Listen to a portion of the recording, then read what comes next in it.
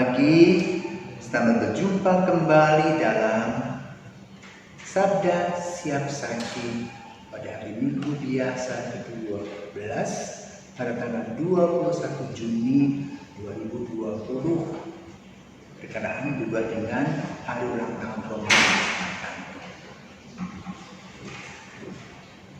Marilah sekarang kita berdoa karena Bapa dan Putra dan Roh Kudus. Bapa penuh kasih, kami ucap syukur kepadamu untuk hari ini, di mana kami boleh merayakan Ekaristi kembali bersama-sama. Ada yang melalui streaming, tapi juga kami sebagai kelompok kecil kami berdoa bersama. Kami mendengarkan apa yang dialami oleh Nabi Yeremia pada hari Minggu ini. Kami juga diajak bersama Paulus merenungkan situasi umat di Roma dan juga merenungkan Injil Matius yang kami dengar pada hari ini berkaitan dengan jangan takut bila kita berada di dalam tangan Tuhan, bila kita berada dalam jalan kebenaran dan hidup. Maka berkatilah kami dan aktivitas kami pada hari ini demi Kristus Putra-Mu dengan cara kami kini dan sepanjang masa. Amin. Aldo dan Vicky, selamat pagi.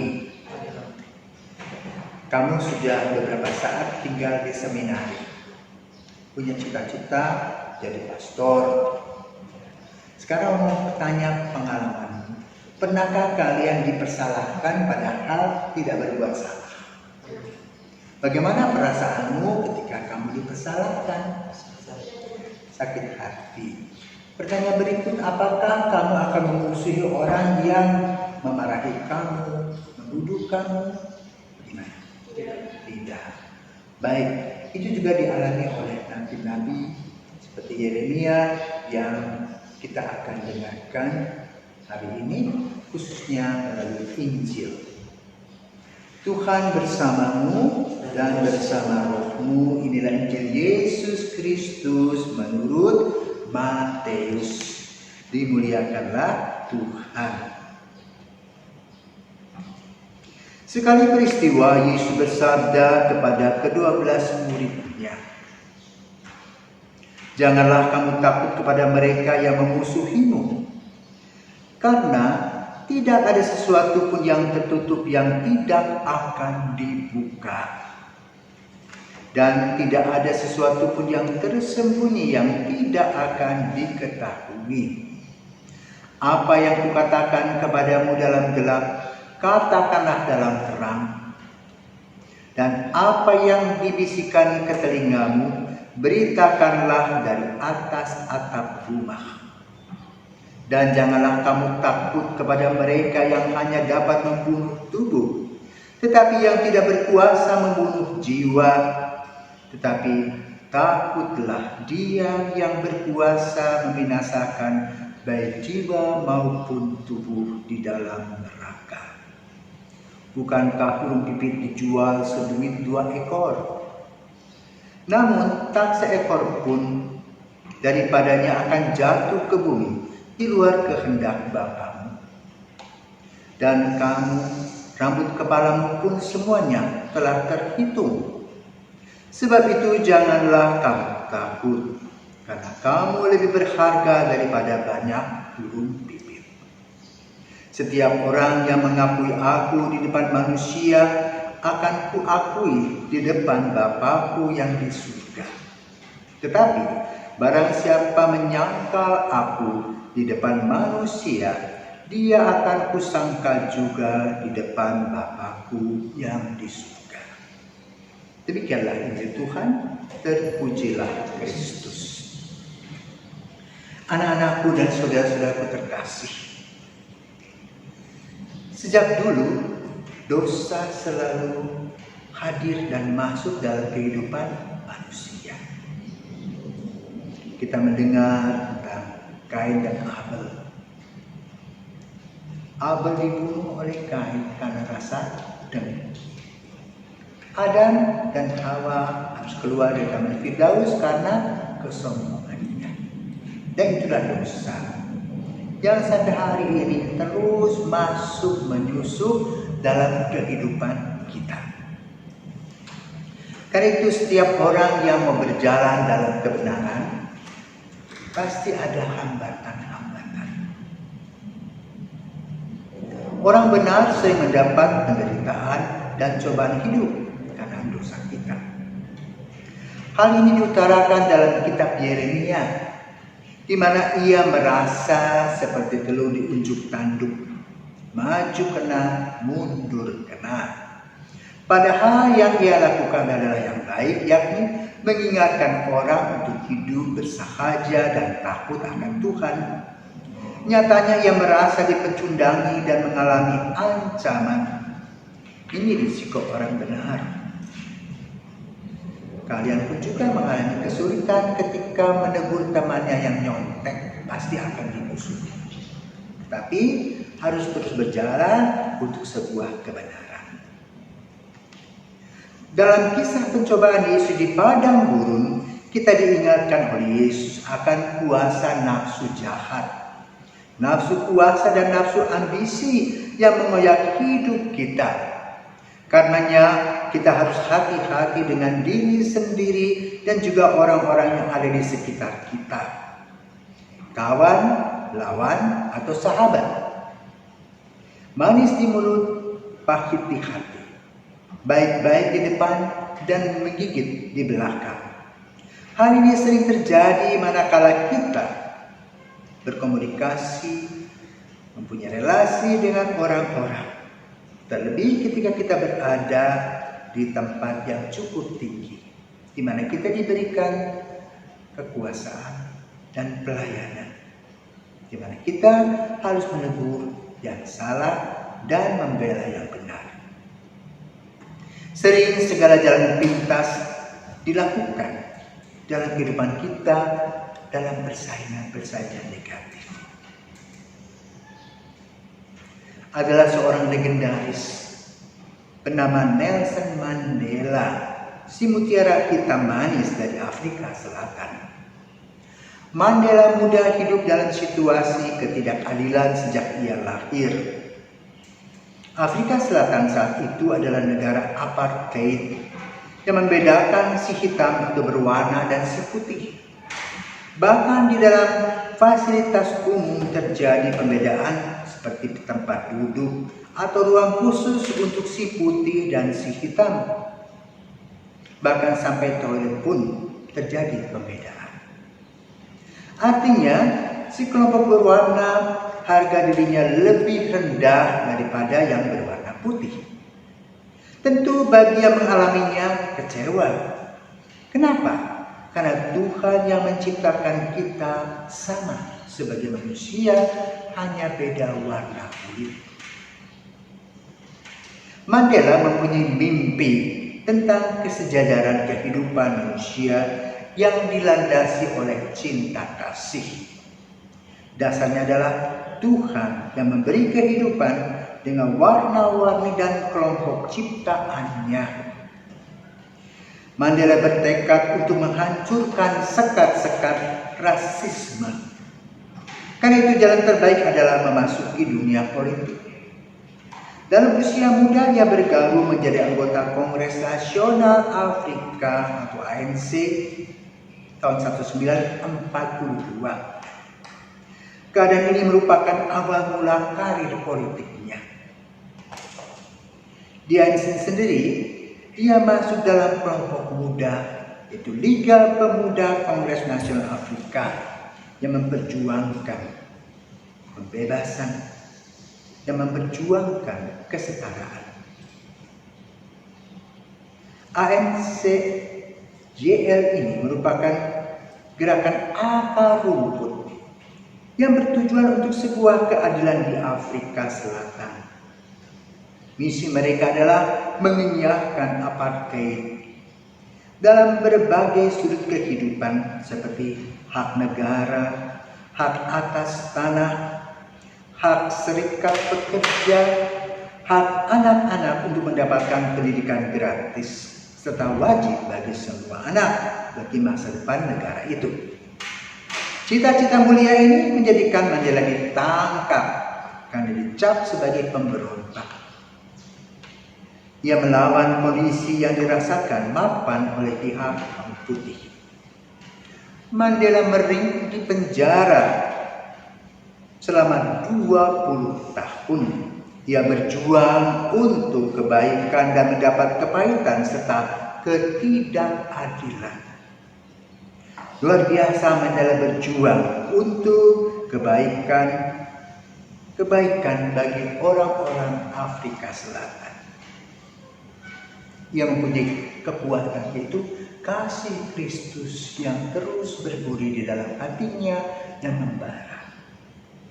Ia menekuni apa yang dialaminya selama 20 tahun, dan dari satu tempat ke tempat yang lain ia masuk penjara. Ia tidak takut melawan kelaliman. Yesus berbicara di dalam Injil pada hari ini. Janganlah kamu takut kepada mereka yang memusuhimu, karena tidak ada sesuatu pun yang tertutup yang tidak akan dibuka, dan tidak ada sesuatu pun yang tersembunyi yang tidak akan diketahui. Kata-kata inilah yang didalami dan dialaminya, yang menjadi kekuatan bagi Mandela. Sesudah mendekam di berbagai penjara, akhirnya Mandela dibebaskan. Pelajaran berada di penjara telah mengasah hatinya. Tangan Tuhan senantiasa menyertainya. Setelah ia keluar, pada satu kesempatan ia mengikuti pemilu yang pertama kali dilaksanakan secara demokratis di Afrika Selatan pada tahun 1994. Ketika itu dia berusia 77 tahun dan dia dipilih menjadi presiden kulit hitam pertama di Afrika Selatan yang mengubah paradigma saat itu. Kepahitan telah berubah menjadi sebuah kemanisan. Tuhan memberi kepada dia untuk melayani bangsanya.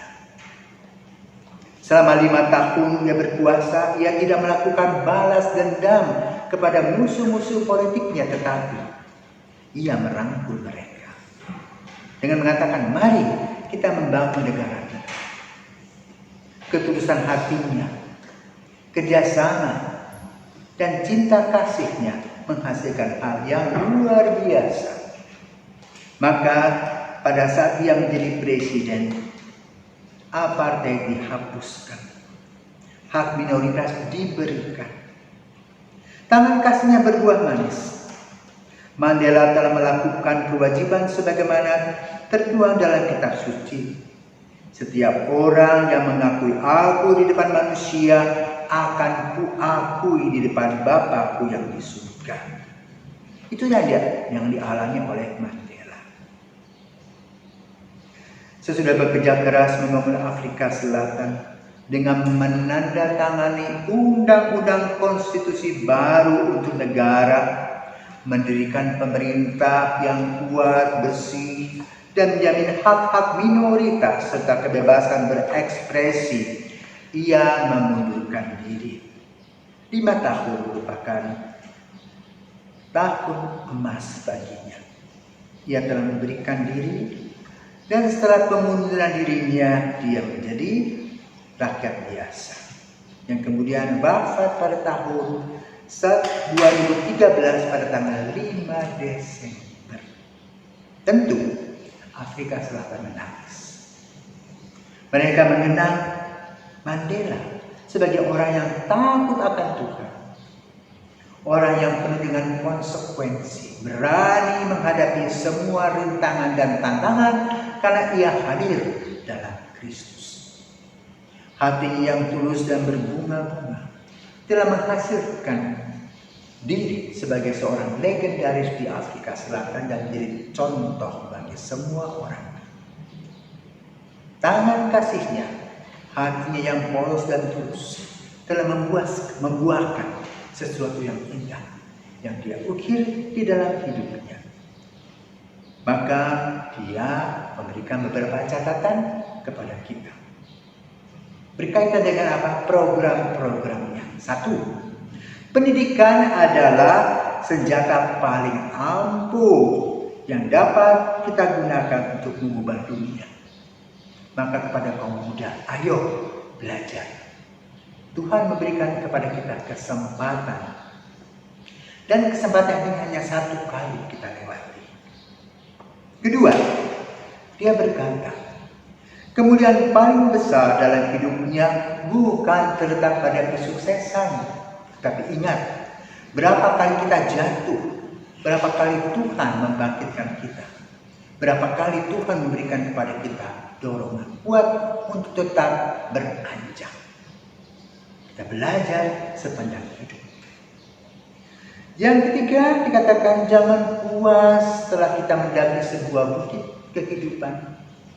Karena ada bukit-bukit kehidupan lain yang harus kita lalui dan harus kita isi dengan tulus dan bijaksana serta usaha dan doa. Yang keempat, jika kita ingin berdamai dengan sesama, rangkulah orang-orang yang tidak suka dengan kita, musuh-musuh kita, bahkan ada musuh-musuh di balik selimut. Doakan mereka, rangkulah mereka, bekerjalah mereka sebagai sahabat, maka semua karya kita akan diberkati. Terima kasih Nelson Mandela yang telah berjuang sampai berusia 95 tahun. Engkau telah mencerminkan kehadiran Kristus di dalam kehidupan. Berani berjalan mengikuti sang jalan kebenaran dan hidup. Semoga kita pun juga berani, seperti Yeremia berani berjalan, seperti Paulus berani berjalan bersama dengan yang memanggilnya. Semoga kita diberkati. Mari sekarang kita berdoa untuk coronavirus. Terpujilah Engkau Bapa Surgawi, pencipta alam semesta yang maha kuasa. Engkau menunjukkan kami sebagai penguasa atas semua makhluk hidup dan memberikan kami kuasa kepemilikan atas mereka. Namun dalam banyak hal kami telah mengecewakan-Mu dan karenanya kami memohon ampun dari-Mu. Dalam saat-saat yang mengkhawatirkan ini, dengan wabah virus corona yang mengancam kesehatan dan keberadaan semua orang, kami dengan rendah hati dan penuh keyakinan memohon perlindungan, penyembuhan dan pemulihan dari-Mu, terutama bagi mereka yang telah terkena wabah ini. Bapa, jagalah keselamatan para petugas kesehatan, mereka yang menghibur orang sakit, semua personil imigrasi dan semua orang yang dengan berani bertugas mengamankan negara kita dan dunia dari ancaman virus ini. Jadilah kehendak-Mu ya Bapa, ikatlah wabah ini dan singkirkanlah penderitaan ini dari kami. Roh Kudus, ubahlah ketakutan kami menjadi kekuatan, ketangguhan dan ketabahan, serta bantulah kami menghasilkan buah-buah iman, harapan, amal, dan kasih. Darah Yesus yang mulia, kuduskanlah dunia dari wabah ini. Hati kudus Yesus, kasihanilah kami. Bunda penolong abadi, awasi kami dan jadilah perantara kami. Santo Benediktus dan Santo Rafael, doakanlah kami. Semua malaikat pelindung kami, terangi dan jagalah kami. Demi nama Yesus yang Maha Kudus kami berdoa. Amin. Semoga kita diberkati dan kita selamat beraktivitas.